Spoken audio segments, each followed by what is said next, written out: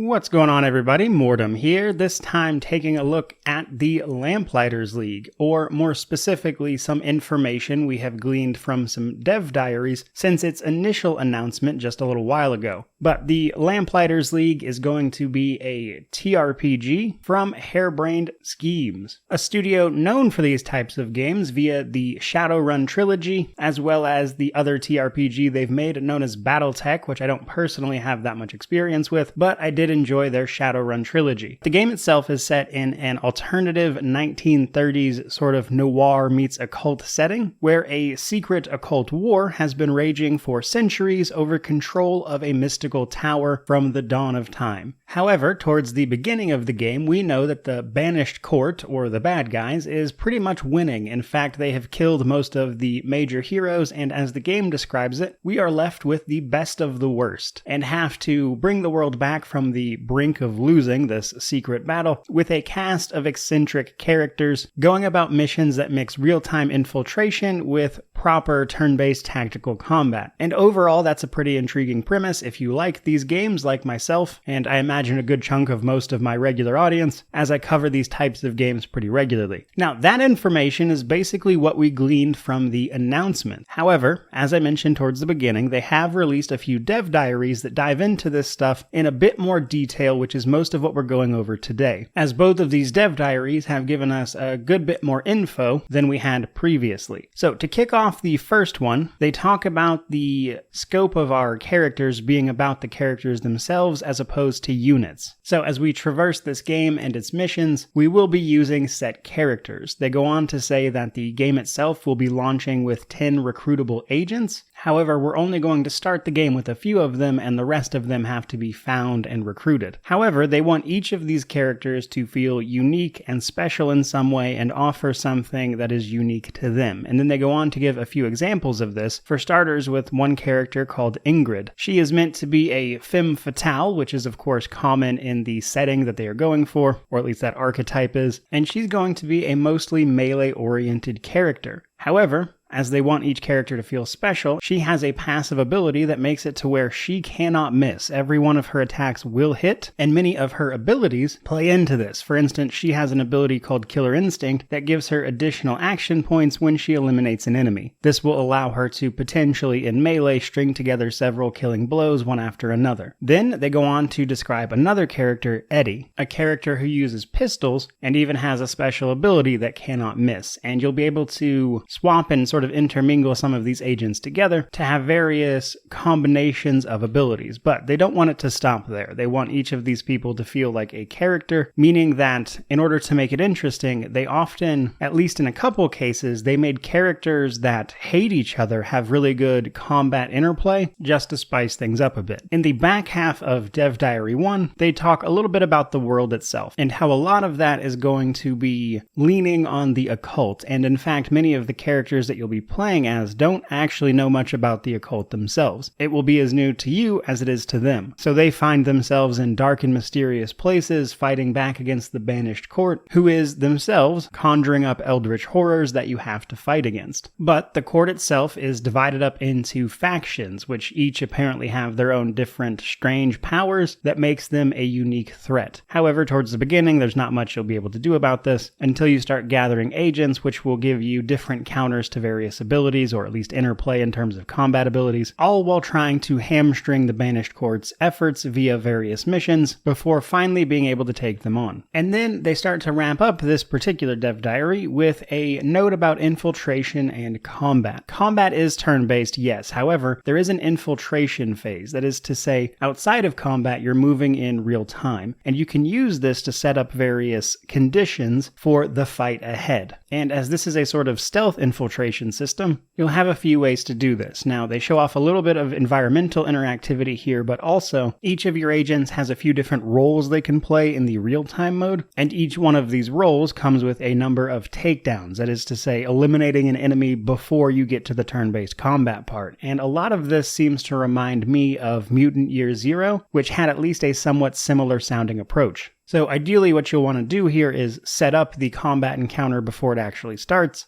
And then once you get to the turn-based part, you'll ideally be taking on an already degraded enemy force, maximizing your own combos and interplays to maximum effect. Now, that is where they leave Dev Diary 1. However, they've already released a second one, which grants us even more information. However, the second one focuses primarily on some of that combat interplay I was talking about, as well as your team at large. They kick this one off by talking about the fact that you're going to have to go around and recruit the extra agents outside of your starting set. So you won't start with everyone, and you'll have to scour the world for agents as well as allies, which seem to be some sort of passive base bonus type thing, as agents seem to be the key to actual combat. Furthermore, they mentioned that time will seem to be passing in weeks where you will send your agents out to locations across the globe using a resource called Intel to do so, which will allow you to search for various activities that the Banished Court is up to that you can then potentially foil. And then from there we get more information about how upgrading each of these characters is going to work. And while we don't get into the nitty-gritty specifics, they do show us that each agent is going to have a sort of talent tree available to them that will dictate their various abilities, allowing you to customize the playstyle of each character to at least a small degree. And while it looks like each character will start out with set abilities, they can branch out, allowing you to customize a bit of where they go from there. Each individual character has their own signature ability, which are their sort of special ultimate move that they can use to deadly effect in specific situations, while also allowing each character to still feel unique in some way, in addition to their unique passives, etc. And then they wrap up this dev diary by talking about character combos, in which they emphasize that all of their characters have interplay with each other, even characters that fill the same roles. For instance, they talk about two tanks, Fadir and Judith, who effectively tank in slightly different ways, such as one of them being able to attach a sticky grenade to an enemy while the other one picks them up and throws them at the group of enemies farther away. And all of that information in combination with what we've already learned from the announcement itself, and I think we've got a very solid understanding of what it is the Lamplighters League is shooting for, and I for one at least am excited for it, as what I've seen so far certainly looks promising. But that is going to do it for today, so I certainly hope you enjoyed this initial look at the Lamplighters League. By all means, let me know what you think about what you've seen so far down in the comment section below, but regardless of any of that, truly, thank you so much for watching. I really do appreciate it. May you wander in wisdom and have an amazing day.